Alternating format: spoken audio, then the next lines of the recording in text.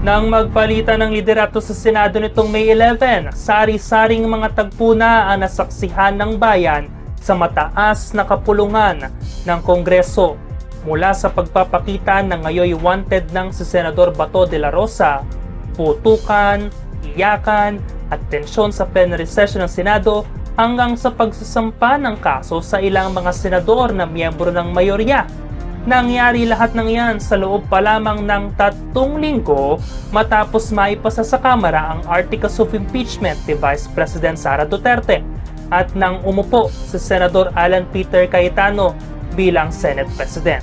Ang mga balita kaugnay dyan, populsuhan natin maya-maya lamang.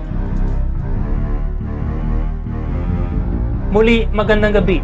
The search is on dahil tinutugis na ngayon ng Philippine National Police o PNP, National Bureau of Investigation o NBI at ng Criminal Investigation and Detection Group o CIDG sa Senador Bato de la Rosa. Dahil pa rin yan sa kasong Crimes Against Humanity na kinakaharap ng senador mula sa International Criminal Court o ICC. Ayon sa pamagitan ng utos ng Department of Justice o DOJ na epektibo simula pa noong May 21. Fourth, the arrest warrant is enforceable. Based on all these 4 basic premises, I would like to confirm. One, the Philippine law enforcement agencies, which would include the PNP, the National Bureau of Investigation, are now tasked to effect the arrest of Senator Bato de la Rosa.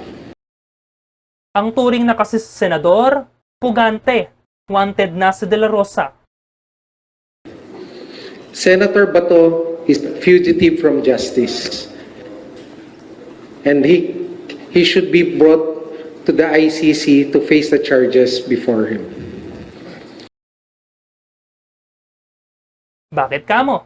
Dahil ayon na rin kay Justice Secretary Frederick Vida, valid, kinikilala nila ang ICC arrest warrant ng senador.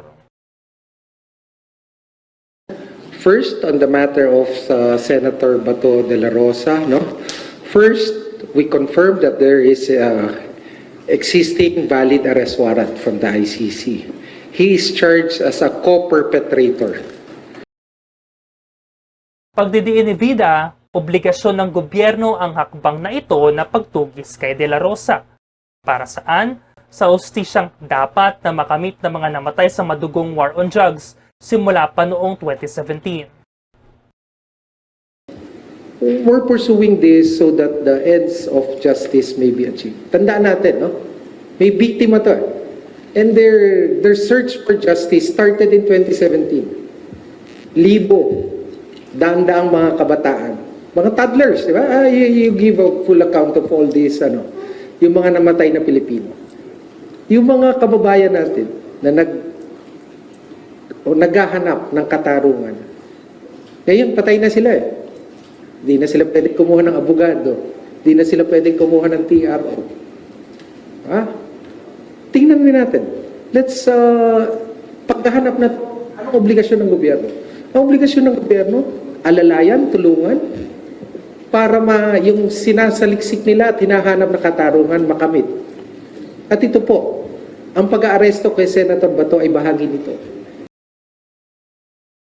At bakit kailangang isuko sa International Court ang isang akusado ng isang sistematikong krimen dito sa Pilipinas? Ayon sa mga eksperto sa batas, alinsunod ito sa Republic Act 9851. Unang-una, ang crime against humanity for murder at attempted murder ay tinatawag na universal crime.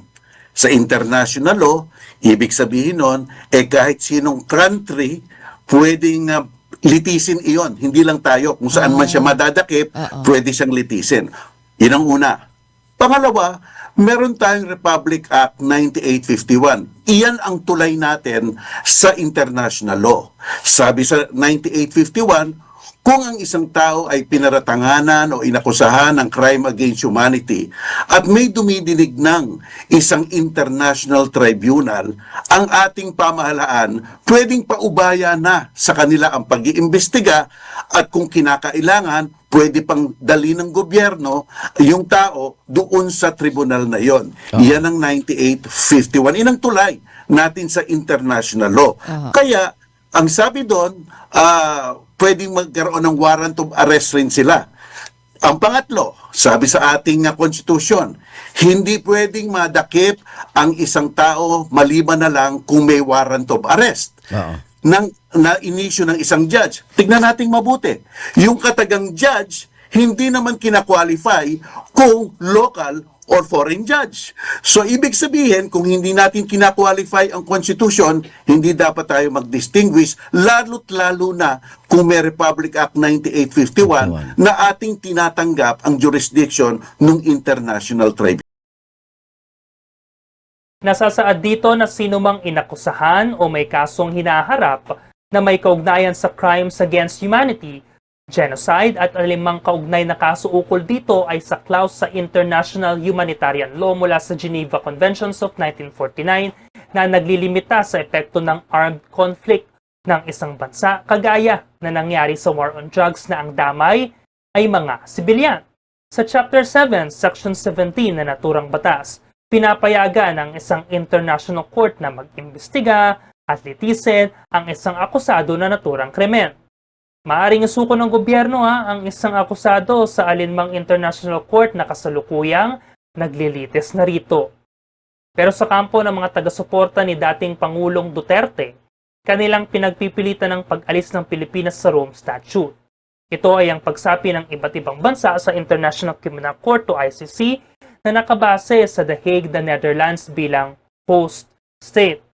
Saklaw pa sa rito ang crimes against humanity na kinakaharap ng mga akusado sa war on drugs, kabilang na si Senator Bato. At dahil umalis na ang Pilipinas sa Rome Statute noong March 17, 2019, wala na raw umanong jurisdiction ng ICC sa Pilipinas. Pero taliwas yan sa sinasabi sa Article 12 ng statute na ang sino mang naging miyembro ng ICC ay pumapayag na maging saklaw nito bilang korte sa mga kaso tulad ng crimes against humanity. At sa mga taong miyembro pa ang Pilipinas, nangyari ang krimeng ito na war on drugs, ay saklaw pa rin ng ICC ang kaso. Mr. De La Rosa is alleged to have committed the crime against humanity of murder, at least between the 3rd of July 2016 and the end of April 2018, during which no less than 32 persons were killed in the Republic of the Philippines. 3 linggo na matapos lumutang ang warrant of arrest ni De La Rosa kasabay ng kanya ring biglaang paglutang sa Senado nitong May 11, inasaan na nga ba ang puganteng senador? Hanggang ngayon hindi pa rin siya matunto ng mga otoridad na sinimulan siyang hanapin sa Angeles City, Pampanga. Mag-aalas 6 ng umaga nang sunod-sunod na dumating ang mga sasakyan ng Criminal Investigation and Detection Group o CIDG ng Pulisya at National Bureau of Investigation o NBI sa subdivisyong ito sa Barangay Balibago ng Angeles, Pampanga. Pasado alas 2 ng madaling araw ng May 14, ilang oras matapos ang malaaksyong barilan sa Senado nitong gabi ng May 13, tumakas si De La Rosa mula sa proteksyong ibinigay sa kanya ng kapwa senador sa mayorya. We also likewise confirm also the fact that based on evidence, pieces of evidence we've relayed information in the past few days, Senator Bato is not in the Senate premises.